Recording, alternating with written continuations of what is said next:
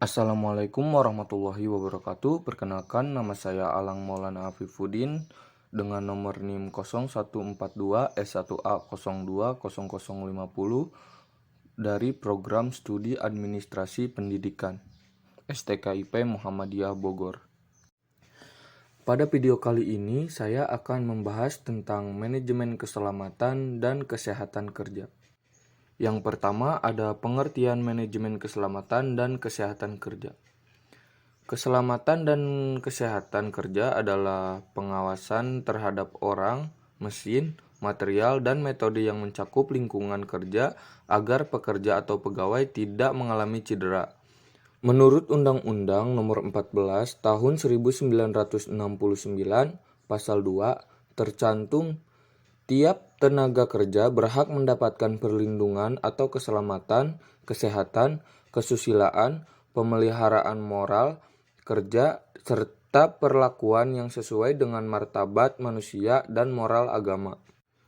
Selanjutnya ada dasar-dasar keselamatan dan kesehatan kerja. Yang pertama, pekerja berhak memperoleh jaminan atas keselamatan kerja agar terhindar dari kecelakaan. Yang kedua, setiap orang yang berada di tempat kerja harus dijamin keselamatannya. Yang ketiga, tempat pekerjaan dijamin selalu dalam keadaan aman. Adapun yang termasuk kecelakaan kerja adalah sebagai berikut. Yang pertama, kecelakaan akibat langsung dari pekerjaan. Yang kedua, kecelakaan pada perjalanan dari rumah ke tempat kerja dan sebaliknya melalui jalan yang wajar. Yang ketiga, penyakit akibat kerja. Selanjutnya, mengapa keselamatan kerja dan kesehatan kerja? Keselamatan dan kesehatan kerja merupakan hal yang menjadi prioritas manajer dan perusahaan karena angka kejadian cukup besar. Lingkungan kerja yang baik yang bisa menjaga kesehatan karyawan akan meningkatkan kesejahteraan dan kepuasan karyawan serta produktivitas dan loyalitas mereka bisa meningkat. Tempat kerja yang aman dan jauh dari risiko kecelakaan juga menjamin keberlangsungan bisnis. Oleh karena itu, keselamatan dan kesehatan kerja menjadi suatu hal yang penting yang harus diperhatikan. Selanjutnya, aturan keselamatan dan kesehatan kerja. Menurut Peraturan Pemerintah Republik Indonesia Nomor 50 Tahun 2012 tentang Sistem Manajemen Keselamatan dan Kesehatan Kerja, di mana sistem tersebut harus diterapkan pada perusahaan yang mempekerjakan lebih dari 100 orang karyawan atau mempunyai tingkat potensi bahaya yang tinggi. Sistem manajemen ini tidak hanya mengatur karyawan perusahaan, tapi juga kepada semua pihak yang terkait. Menurut Peraturan Pemerintah Nomor 50 Tahun 2012 tersebut, perusahaan yang memenuhi persyaratan di atas harus membuat rencana kesehatan dan keselamatan kerja yang penyusunannya tidak hanya melibatkan pihak perusahaan, tetapi semua pihak terkait seperti karyawan, wakil pekerja, ahli terkait, dan panitia pembina. Peran perusahaan dan karyawan dalam keselamatan dan kesehatan kerja. Kesehatan dan keselamatan kerja harus diikuti oleh semua bagian dari perusahaan, baik karyawan maupun pengusaha. Mereka harus sadar bahwa keselamatan dan kesehatan kerja adalah hal yang sangat serius, walaupun mencakup banyak pihak. Dalam prakteknya, tanggung jawab pelaksanaan keselamatan dan kesehatan kerja ada di bawah tanggungan perusahaan. Perusahaan atau pemberi kerja memiliki kewajiban hukum untuk memastikan kesehatan, keselamatan, dan kesejahteraan di tempat kerja karyawan. Sejauh hal tersebut dapat diimplementasikan, attitude dari seorang manajer terdapat keselamatan dan kesehatan kerja yang sangat penting dalam implementasinya di perusahaan. Manajer atau supervisor di perusahaan pertama harus mengetahui dengan baik peraturan dan regulasi pemerintah yang terkait dengan keselamatan dan kesehatan kerja.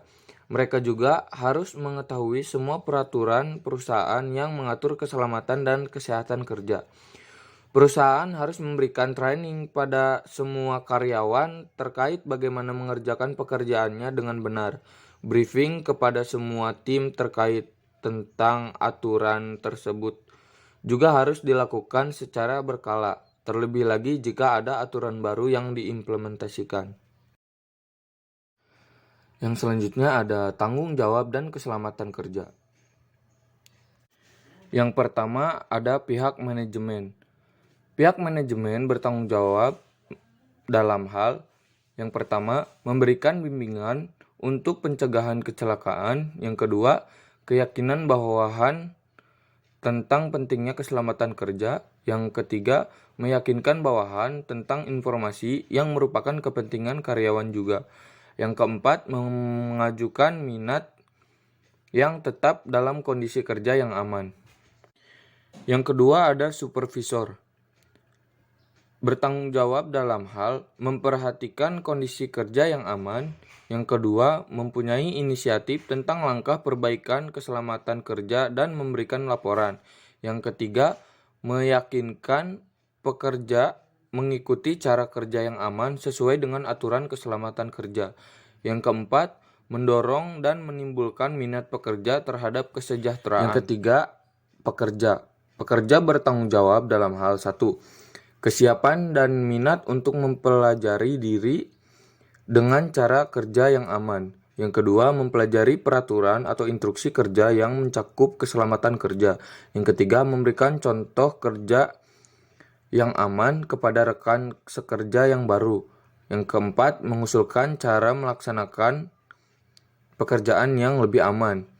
Yang kelima, melaporkan dan menghentikan pekerjaan secepatnya apabila terdapat kelainan yang mungkin menimbulkan mara bahaya.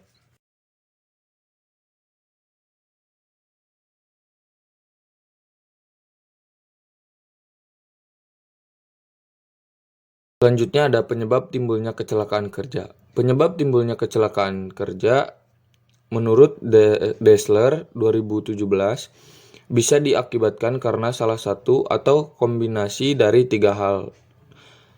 Dasar penyebab terjadinya kecelakaan yaitu kejadian kecelakaan yang tidak disengaja, kondisi yang tidak aman, dan karyawan yang cenderung melakukan tindakan berbahaya.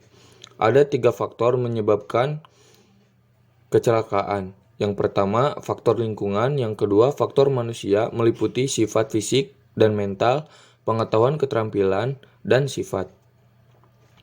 Yang ketiga, faktor mesin atau alat, meliputi penerangan yang kurang, mesin yang tidak dijaga, dan kerusakan teknis. Selanjutnya ada prinsip pencegahan kecelakaan kerja. Yang pertama, pencegahan kecelakaan merupakan bagian yang penting dalam kegiatan pengawasan. Yang kedua, perlu adanya kerjasama antar pihak manajemen, supervisor, dan pekerja dalam mencegah kecelakaan. Yang ketiga, adanya bimbingan dari top manajemen. Yang keempat, top manajemen menetapkan kebijaksanaan keselamatan kerja bersama organisasi dan petugas keselamatan kerja. Yang kelima, metode kerja yang mengandung manual keselamatan kerja harus diterapkan. Selanjutnya, pengamanan keselamatan dan kesehatan kerja. Pengamanan kantor dapat ditinjau dari beberapa segi, antara lain satu, gangguan keamanan, yang di dalamnya terdapat kriminal, politik, pencurian, sabotase, kebakaran, pemogokan, dan perusakan. Aspek dan asas-asas pengamanan antara lain preventif dengan berpegang pada asas oportunitas. Yang kedua ada represif dengan pegangan pada asas legalitas, khususnya tindakan pencegahan. Mungkin hanya itu saja materi yang dapat